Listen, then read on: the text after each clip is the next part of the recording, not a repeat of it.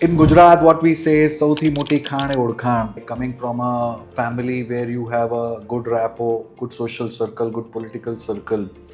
So I had a notion that who's or who of Ahmedabad knows us very well, and that is true, by the way.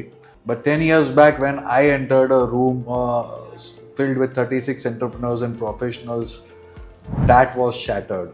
In that room of 38, 36 people, only two people knew me. I thought, like, boss, you need to make an impact, and that's why I joined BNI.